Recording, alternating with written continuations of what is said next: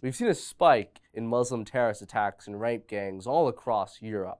Rotterdam, Cologne, Nice, Paris, St. Petersburg, Manchester, and most recently, London.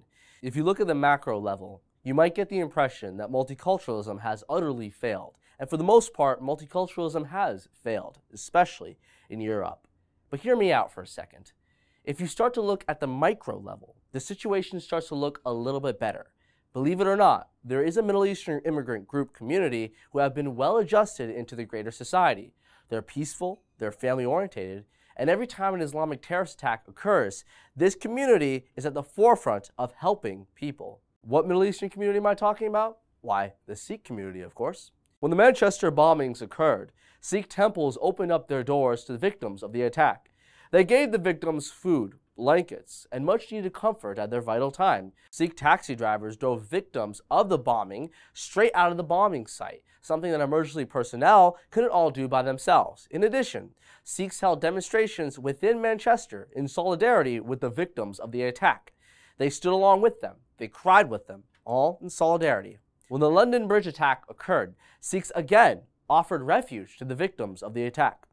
To quote a tweet, "These are the Gurdwara in near incidents if anyone is in need of shelter or food and can't get to a hotel." At a time of fear and oppression and death and carnage, Sikhs across London opened up their doors to feed and shelter people.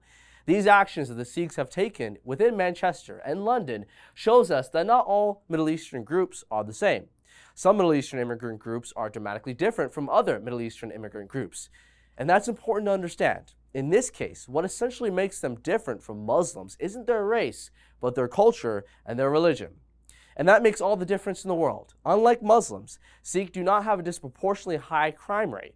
Unlike Muslims, especially those within the United Kingdom, most do not have backwards or perverse ideas on women, gays, and so on. And finally, unlike Muslims, the Sikh gurus ordered Sikhs to ensure that people have access to basic needs and freedom from oppression. And they've certainly lived up to that order by the Sikh gurus. It's a shame that along with hate crimes against Muslims, there's also hate crimes against Sikhs, even though A, they're not Muslims, and B, vigilantism isn't the answer to terrorism. I'll end this video by saying a quote from a Sikh. "The Sikh community has historically been one people in need could turn to. The Sikh gurus ordered Sikhs to ensure people have access to basic needs and freedom from oppression.